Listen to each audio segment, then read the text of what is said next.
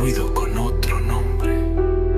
Vivimos rodeados de opciones, de datos, de promesas que compiten entre sí, mientras lo simple aguarda en silencio, como un árbol que no pide aplausos.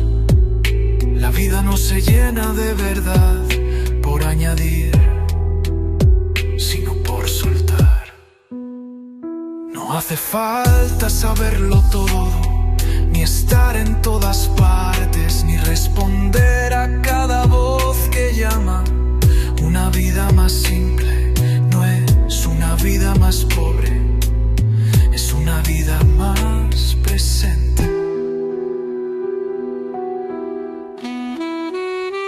Cuando todo empuja hacia el exceso, hacia el cálculo constante, hacia el vértigo de lo inmediato, elegir lo simple es elegir respirar.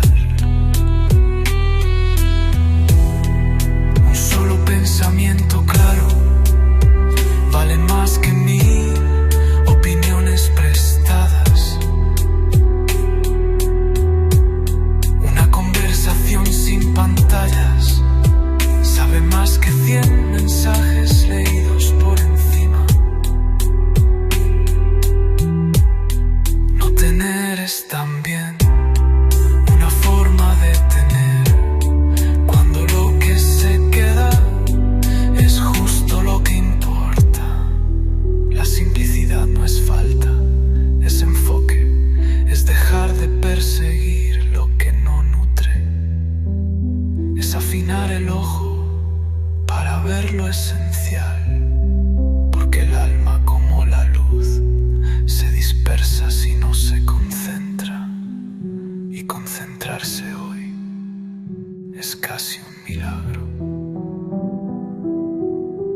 La belleza también se ha disfrazado de complejidad, pero sigue latiendo en lo que no intenta parecer, en lo que es sin necesidad de demostrar. Quien vive simple, vive con menos peso, con menos miedo y con más verdad. En medio del aluvión, quien sabe detenerse, guardar silencio y tocar lo real, ha encontrado una forma de libertad.